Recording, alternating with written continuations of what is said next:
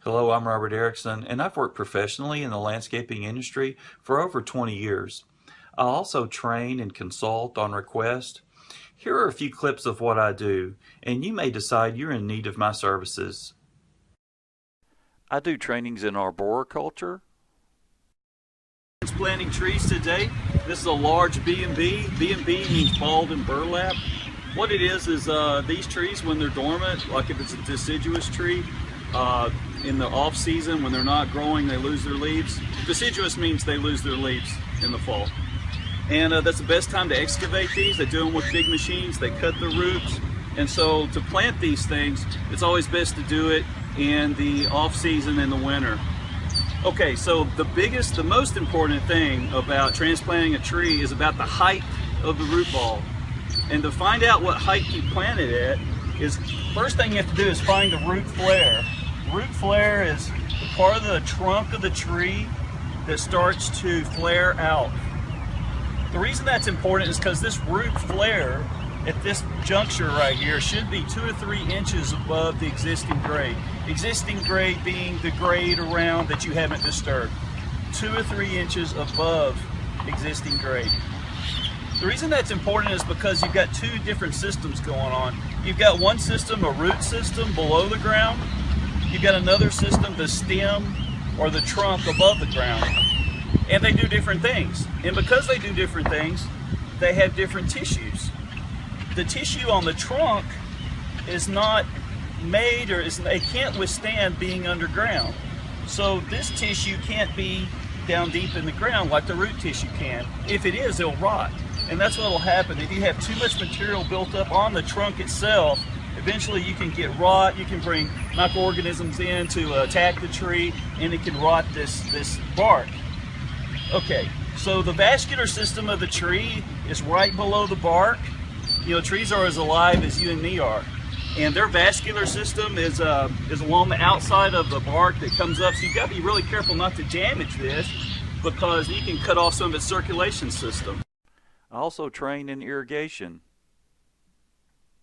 What we're trying to do, then as you go and repair some of these things, are going to make a little more sense to you about pressure and volume and the height that the water's having to travel, and looped main lines and all that kind of stuff. So when it's activated, the piston in the solenoid lifts, and then this water can escape out the exit orifice, and then there's less pressure on top of the diaphragm than below, and so then it moves up, and then the water can go through. Okay, pretty much that's it, and that's really all you need to know, is that there's a chamber above the diaphragm, the rubber diaphragm. It's a flap, and when it floods and full, it closes, and then when it's empty, it comes up because the pressure below is stronger, and then the water flows through. That's all I got to know. Here I am training about horticulture in the landscaping. Okay, so we're talking about Phytophthora today, and welcome Class 611 again. And these are evergreen boxwoods, and it's a good idea of how Phytophthora affects plants. Look at the catastrophic wilting. So Johnny's going to get a little bit closer for you. This happened over the last few weeks, and you got catastrophic wilting that's just started. And because of where these are planted, it's quite common to get Phytophthora on these.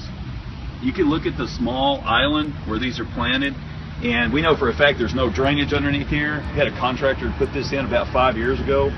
So what we're going to do is we're going to pull these plants out, and we're going to look at the roots and let you see what's going on below the ground. Remember, the way it looks above ground is a reflection of what's going on below the ground. Okay? So Jake, you want to go ahead and pull this out, and let's take a look at it? Okay. Okay, now, what you would have is look how wet the soil is, for one. Okay. It's got a really bad smell to it. So look how the roots are starting to turn all black. If they were healthy, they would be really, really bright and white looking. So we've got a lot of tissue damage from the water sitting in here, and the spore damage that's gone into the tissues and with the sporangia, and came up and created hypha further up on the on the tree, on the bush. So anyway, this is what you need to look for in Phytophthora, is the blackening of the roots and very wet conditions. I may be able to customize a training session for your staff.